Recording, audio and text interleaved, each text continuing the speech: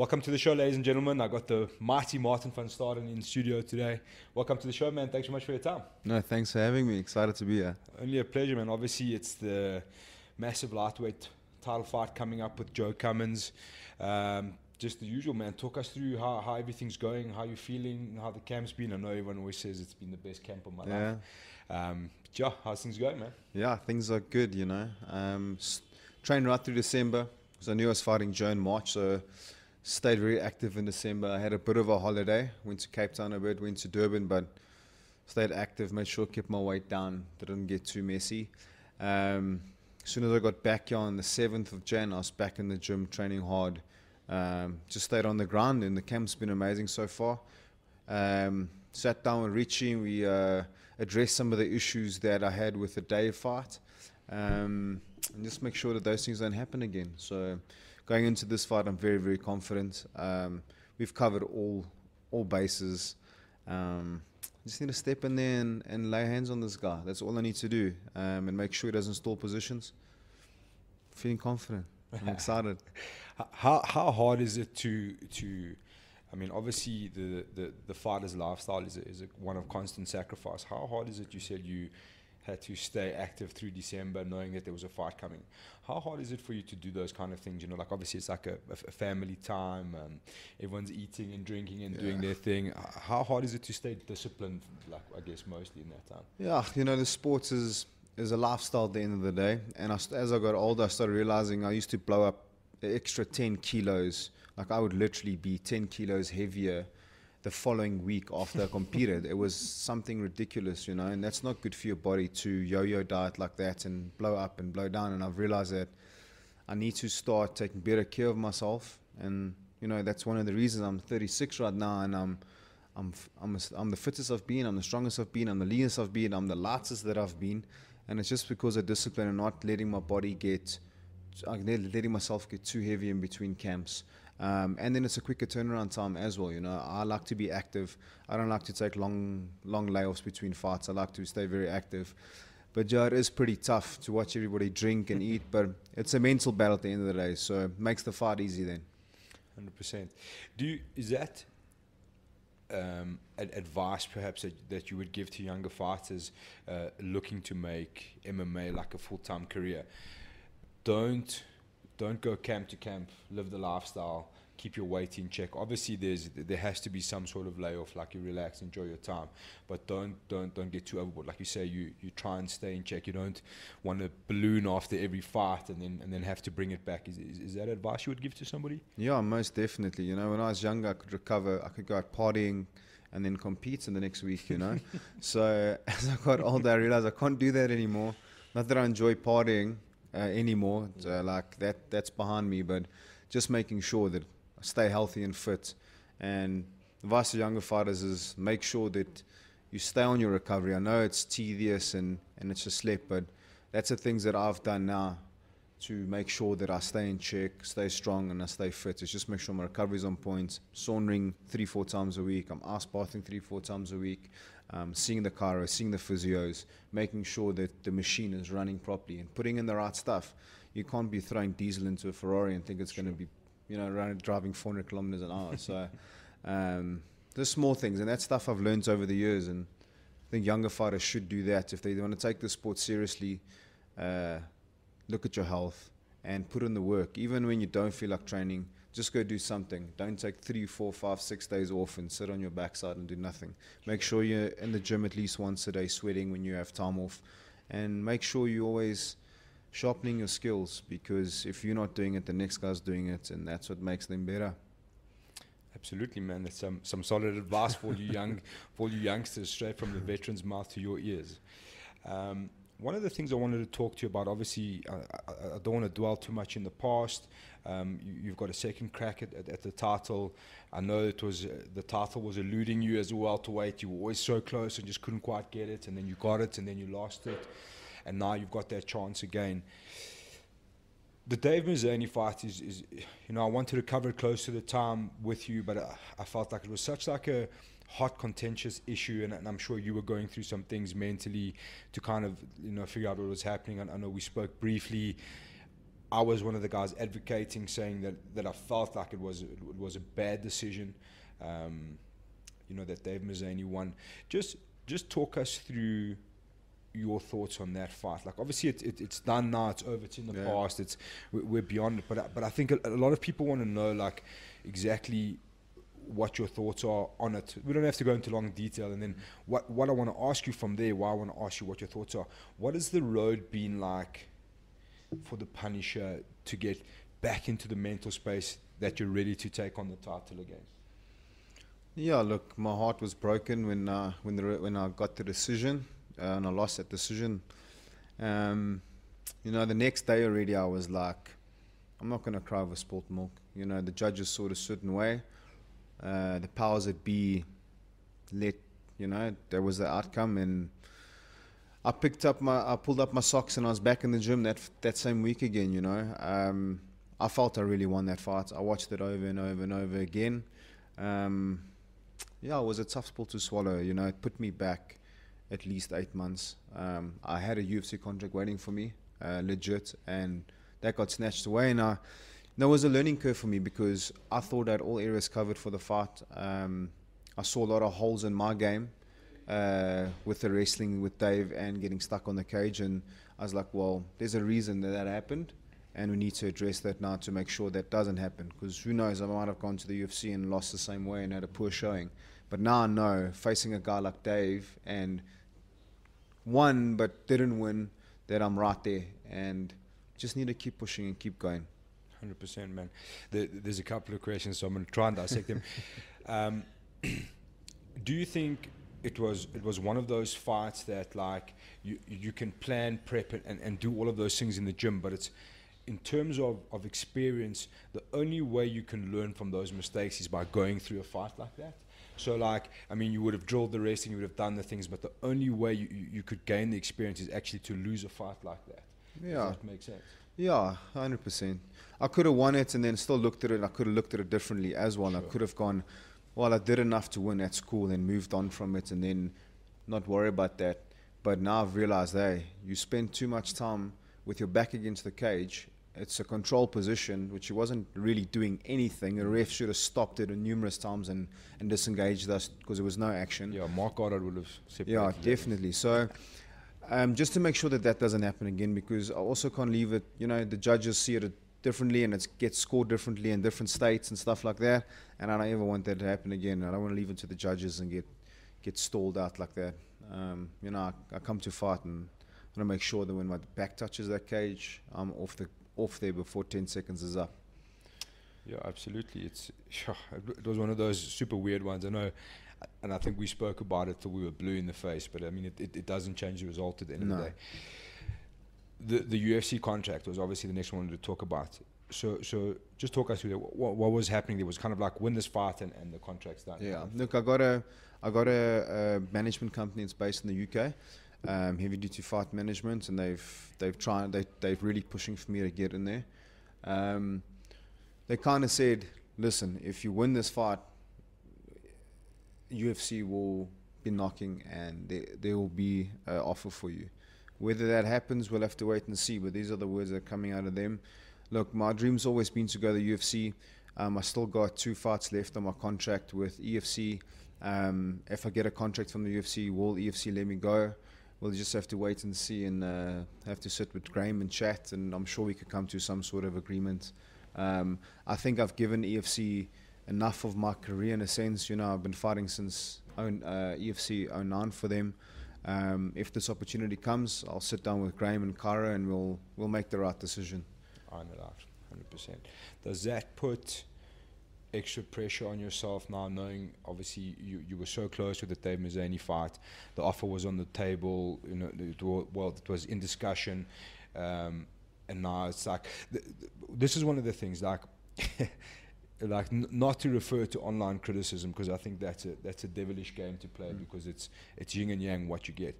But when I posted you were coming in studio and some of the guys were talking about, Martin, UFC, and I did a thing about 6 guys that could make it to the UFC in my opinion, and I had a note as you, like, I was kind of saying, like, time is in essence running out. No, for sure. But it's not over. No, if that no, makes sense. listen.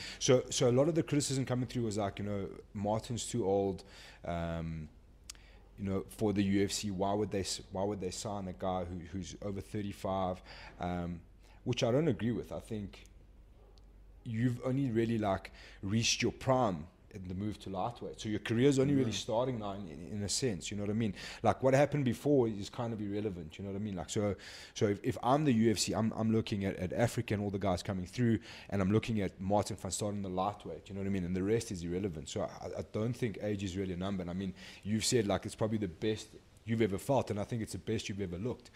So what sort of situation are you in, and what do you say to someone saying like you're too old for the UFC? Yeah, look, a lot of people feel that way because I see 36 as being old. I take care of my body. I'm in better shape than most 25-year-olds. My lifestyle is health and fitness, so I haven't taken a lot of damage in, 37 fights. I've never been knocked out, never been TKO, touch wood. Yeah. And I'll continue to push forward, and I'll continue to prove people wrong. I've always been that guy to go, he can't do it, and I will do it because I'm disciplined enough. I work harder. I'm one of the hardest workers in the gym, and we've got a gym full of young killers. If you look at the hours that I put in compared to some of the other guys, I'm one of the hardest workers, and I'm one of the most disciplined athletes in the gym, and that's why at 36, I'm the best I've ever been, and I'm going to continue fighting until guys start really outclassing me and I can't keep up with them. And I feel that's maybe in another 4 years or 3 years, who knows. But I'm going to keep pushing, and I'm going to keep pushing the envelope. I think that the UFC, if people really follow the sport, the UFC, when they do sign guys that have got good records and are experienced and might be 35 or late 30s, that have got a bit of mileage on them and have got a bit of wear and tear on them. But I'm not one of those guys. I've only been in combat sport now 11 years. A lot of guys that are fighting now have been fighting since they're 9 years or 10 years old. So I'm just finding my stride right now. I'm just finding my style right now. I'm mature mentally and physically now at 36, and I'm excited for the next couple of years. Yeah, absolutely, man. So am I. Like, it was such. There was a string of guys changing weight divisions, I think, at a similar time, and I think you were one of the biggest ones. And everyone was kind of like, "Is this even possible? Can you make lightweight?" And I think the transition made so much sense to me. You know what I mean? I'm sure it made to you guys in your camp. So, and I think that's an important note for people to understand. Is when we're looking at you as a MMA fighter or a mixed martial artist, is let's forget about everything previous to the lightweight move. I think we have to consider those as your history as a fighter. But in terms of going forward in the UFC and what's in front of you, the title contention, I think the rest of that stuff is actually kind of irrelevant, because I think Dave was the first out of, 4 or 5 at lightweight. And I don't think you lost that fight. So technically at lightweight, you haven't really lost the fight. You know what I'm saying? So 100%. And it's not against like small names. You know what I mean? And you faced adversity in a lot of those fights. I remember the Spanish Christian Holly. Like you were in big trouble. You know what I mean? And like a guy with less experience probably would have been out in that fight. It would have been over. And I mean, that guy, okay, he was the one and done here, but I mean, he was impressive. I mean, he came here, dealt with the altitude, even though people warned him about it, and he said he was fine. But it wasn't a Mickey Mouse fight. It was a tough test, and I don't think a lot of guys would have survived that. You know what I mean? So it's not like you made this move to lightweight and were given tomato cans to deal with. No, you know what I'm saying? Fought Gavin Hughes, who was undefeated, and next prospect, and I KO'd him for his first loss. And I like guys like that. The same thing now with Joe Cummins coming in, and he thinks I'm going to be a stepping stone for him to, he's got his dreams and aspirations, but that shit ain't happening, bro. Yeah, and this is another thing I picked up. I get like a lot of guys get quite antsy with overseas guys getting instant title shots, but I mean, Joe's come here and realistically he's looked unstoppable. Yeah, he's looked amazing. Yeah. So I think it's a super interesting matchup, you know what I mean? And when they announced that he was going to be moving to lightweight, I was like, oh, okay, it's game on now. Because we were looking like, okay, Dave Mazzani's retiring. What happens now?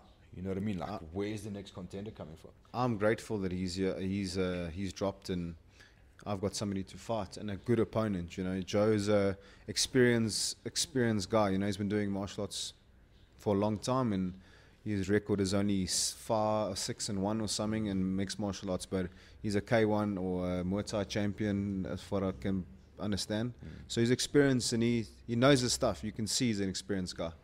Yeah, and like the other side with Joe Cummins is, I mean, he's a leader. He's leading his team out. He's got a couple of young guys looking up to him that are following him. So he's got that behind him, which, some people might take it as pressure, but I think he really wants to shine for his team. You know what I mean? From what I understand, his team's been through a bit. They've changed. Gym closed down, they moved situations, so it's quite a mix-up for them, So he obviously wants to come and like lead his generation for his gym and his team. He's a gamer. We've seen that. Like he brings it. He's not just going to come and lie over. And like you say, he's also probably got aspirations. He's probably also thinking about the UFC, 100%. and things like that. You know what I mean? So it's a very, very high stakes fight for both of you. You know what I mean? And it's super exciting. Yeah, I'm trying to elevate myself off him, and he's trying to do the same thing. Yeah, 100%. When it takes all, man. Like 100%. It's an intense fight, and I don't think it's one of those fights like, and I know you're a class act. You're not one to like call oaks out and talk a bit of smack. I know Joe's got a bit of a mouth on him, but he's been quite reserved about it. There's a lot of respect between the two of you, and I think it's like a kind of like an unwritten respect, between two wily veterans getting ready to throw down, which is very exciting. And I think, man, it's going to be a barn burner, that's for sure. 100%. So you've obviously had a look at Joe. What do you think of the fight stylistically for someone like yourself? I mean, obviously he's, like we were speaking about it just now, he's not a massive welterweight, but he's still quite a big guy to cut down to lightweight. But he like, we say big guy, but everyone has different kind of builds. I mean, you're a big guy for lightweight. Your build is different. You know what I mean? So do you think he's going to have troubles with the cut? You're not really stressed about those things? I don't think he's going to have issues with his cuts. I think he's professional. He knows what he's doing. As for his style, I think when he came out and fought Temba in his first fight, Temba just put it to him and wrestled him. And I think when he lost that fight, he went back home and he was like, I'm not going to lose again against a wrestler like I did. And he came back to beat all the other guys on the ground and TKO'd them and submitted them just to prove like, yeah, you guys want to wrestle and take me down, and I can do that too. So on top of his striking, he's definitely polished up his wrestling and his jiu-jitsu. Whether his wrestling is at the level that it needs to be, we'll have to wait and see. I don't think so. His jiu-jitsu looks good, looks slick, but is it the level that needs to be? We'll have to wait and see. I'm gonna test all areas of his game. I'm not just gonna hunt and knock out. I'm gonna try and bang with him because that's what people want to see. But if he makes contact and we make contact and we start wrestling, I'm going to test those waters. I want to see how good he is there. Because I don't like to grapple. I don't like to wrestle. I like to stand and bang. But I can win the fight there. When I started my career, I used to take us down, double leg them, slam them on their head, and then ground and pound them. That's how I got my nickname. And as I started knocking people out, I was like, people like to see knockouts. Let me rather do that. And that's kind of silly. It's ego at the end of the day. You want to give the fans what they want to see, but at the end of the day, I need to win. And if I keep winning, I achieve my goals and I get where I want to get. So I'm going to win by any means necessary. Fantastic, man. The next thing was we obviously asked a couple of fans to send us your questions. There's some beauts here. First one is from @SmithMarius1. He has two questions. The biggest regret in your career and your toughest fight? I don't have any regrets. I think that every decision I've made, sometimes I would take fights on short notice, coming off injuries, but I like to scrap. So if I could turn back time, I honestly wouldn't, because every loss that I've lost, I've learned something from that, and I've grown as a person from that. And especially my last fight with Dave, that was probably my biggest learning, the biggest lesson I've learned and the most I've grown. My most memorable fights ever, I have two. Well, let's make it three. It's when I fought Brian Ebersol from the US. I was arrogant as hell, brass. Went in there, gave it my all, lost, and I got outclassed from beginning to end, and that was also like, And he pat me on the back after the fight. He said, "You got a bright future, young man, but there was no ways you were going to beat me." He had like 65 fights on his belt, and I had like 15 or 12. So, and then obviously the Jeremy fight, coming back from almost career-ending knee injury, came back to win that fight. And he was my first loss in my MMA career. I was 8-0 before he submitted me. And coming back from injury and beating him in the fashion that I did is one of the highlights of my career. And obviously winning that lightweight title, man, when I knocked out Gavin, that was bittersweet for me. And saying that, I didn't, when I won the title, I was really excited. I was champion, but I didn't. Now that I'm fighting for it again and I'd lost it, I realized how much that actually meant to me. I was just champion. Now I really, really want to be champion. I want my belt back because it means a lot to me, man. Having it and then having it taken away. Yeah, a little extra fire under the For chair. sure. The next one was at Sashin Ganjak _7. What was, he actually, talking about that injury, so what was the biggest challenge recovering from injury against Felipe? Did you think your career was almost over? Yeah, I did. When I went and got the assessment done and my knee checked, the surgeon didn't think that it was going to be 100% again. I had an amazing surgeon, Brad Galbart, and a most amazing physio, Evan Speechley. If it wasn't for him, I don't think I would be back competing, because he literally sponsored all my recovery for the first 3 months. I was in his offices 5 days a week at his practice, straight after surgery, doing my rehab, making sure my knee is strong. So yeah, massive shout out to Evan. He's probably the biggest reason I'm still competing, and my knee is able to function, and I haven't had any problems with it since, because I have kept it strong, and I've done all the stuff that I needed to do to make it strong. I think a lot of guys do their recovery and then they back off, and then they let it be, and then the knee gets weak again and they re-injure it again. So just staying on it and making sure it's strong. Some more free advice from the Punisher for you youngsters out there. The same guys asking, what contributed to your decision to drop to lightweight? You see, there's another learning curve for me. When I'd lost to Dave, I was like, I need to get a shot, and I got the shot against Drickus. I think if I'd won that fight against Drickus, as close as it was, and me almost catching him in that choke, and he catching me at the end there, I think that after that I realized, like, the guys are too big for me. Like, my arms were burnt out. I was exhausted, and I put in a lot of work for that fight as well. I was just realizing that I was carrying too much body mass, too much unnecessary weight, and I sat down with Richie and with Rory. A lot of my teammates thought I'd never make lightweight, and then I was like, well, let's give it a bash and let's see. And my weight started coming down slowly, and when I started fighting, my weight was 79 kilograms. I still remember clearly. I still fought a guy that was 85 kilos, but that was my weight, and I wasn't in shape then at all. I was a brawler, a pub brawler. I'd been training for 3 or 4 months, and I decided to take a fight on a day's notice back then. And I realized, but I walk around this way. Why am I eating to be heavy and big? And it's ego, like to fight bigger guys and beat up bigger guys because it's cool. But I needed to start. I realized that it's a sport and everybody is skilled. And as the sport evolved, and two guys that are equally skilled, if one guy's 5 kilos heavier, the guy that's 5 kilos heavier is going to be giving the lighter guy a lot of problems. No matter whether it's on top of you, whatever. It's harder to move, and that's probably the main reason that I decided to make the move to lightweight. And to be honest with you, I'm not. Now my weight's coming down, my body's stable. I could probably, if I really had to push, get down to featherweight, but I'd never do that to myself. But I'll stay at lightweight. Sounds like a crazy idea. Look, I'll be ginormous. But if you look at a guy like Danny Henry and you look at Zabit, those guys are 6'1" and same frame as me.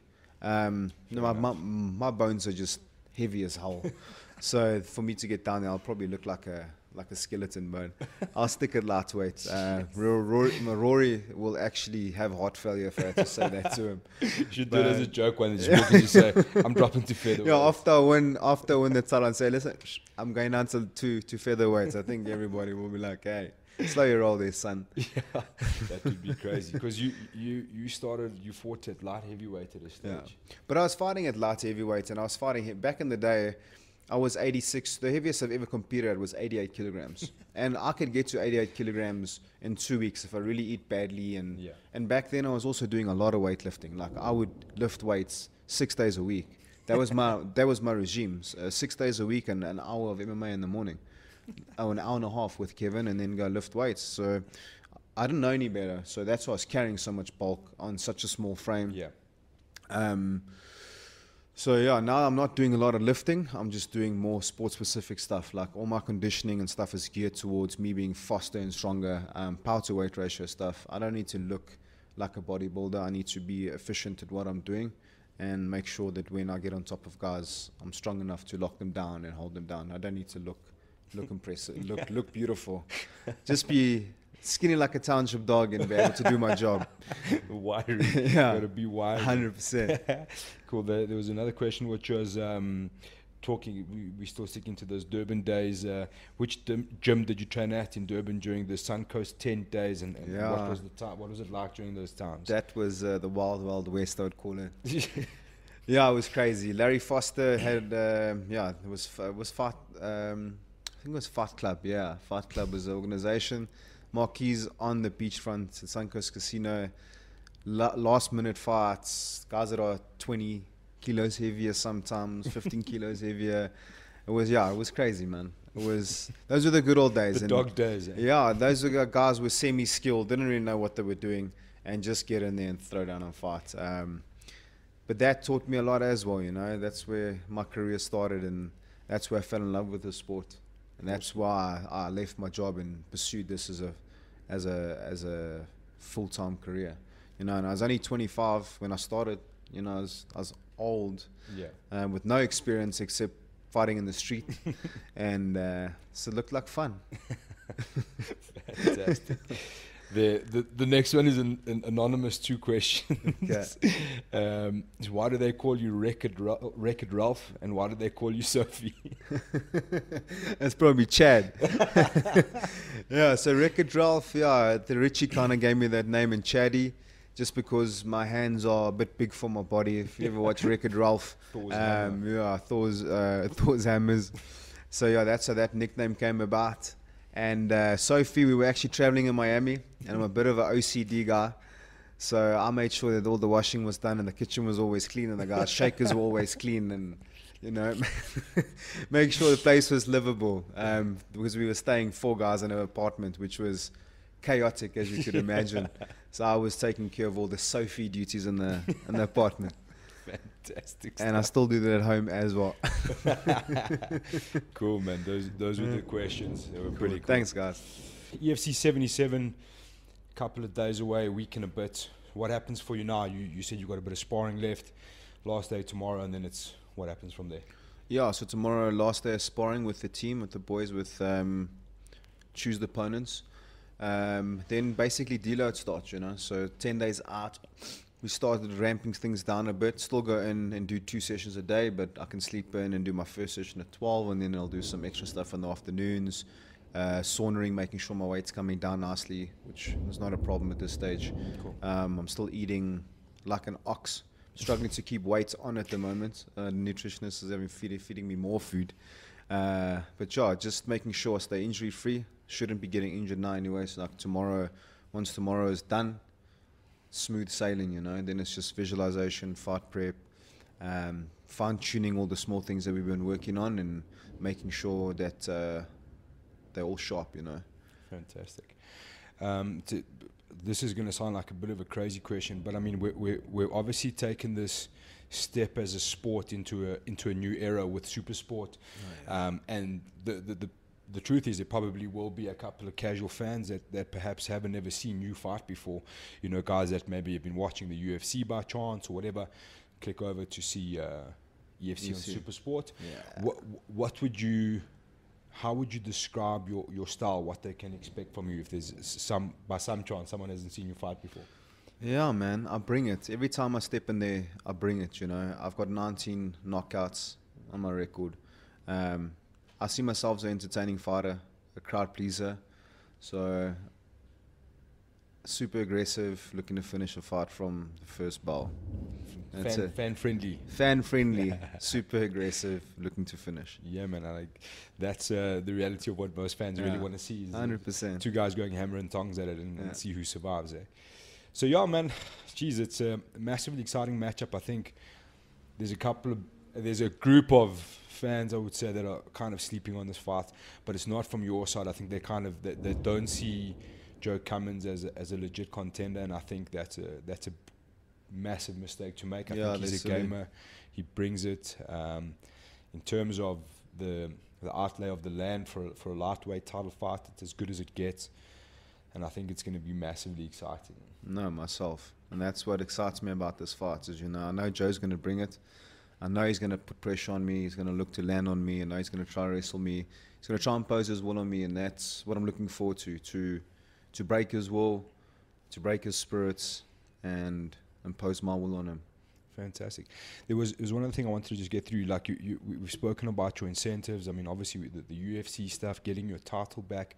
Is there we spoke about the age with the UFC. Have you kind of said to yourself, okay, 45, I'm done. 10 fights left. Yeah. Have you had that conversation? Yeah, look, I'm enjoying this process at the moment. It's been amazing. Like every fight for me now, I know it's that one step closer to my last fight, Whether I've got 10 or 15 or 20 left, I don't know what the number is, I'm just going to keep going. But I know each fight is drawing closer. I'm 36 now. My wife, I say to her, I'll stop at 38, but I'm going to just push it maybe until 40 and just see where we end up. Like I said, as long as I'm fit and able and I'm disciplined and I'm not just winging it to compete, sure. Then I'm going to keep going. If I can still make it, which I know and I believe I can, like every being in my body, I can feel like the best is yet to come still for me. You can only run into a brick wall for so many times before it falls over. So, and I'm not a quitter. I'll get knocked down 1,000,000 times. I'll get up 1,000,001 times, and I'll keep going because that's just my character. I've never laid down and just quit ever in my life. So, and that's something that Joe can expect. And if he's seen me fight, he knows that I'll fight until the very last second of every round. Awesome, man. Giving me goosebumps. Fantastic, bro. Again, thank you so much for your time. I know it's chaos at this time. It's media, weight cuts, training, recovery, and still putting in the hours at home. So I really appreciate your time, man, and wish you the best of luck and enjoy the deload. And we'll see you fight night, man. Massively exciting. UFC 77. Make sure you check in. Make sure you don't miss it. It's going to be massive. First card of the year, kicking off with an absolute bender, man. Don't miss it. 100%. And thanks so much for your time, bro. And that's it. And we're out. Thank you. Ciao.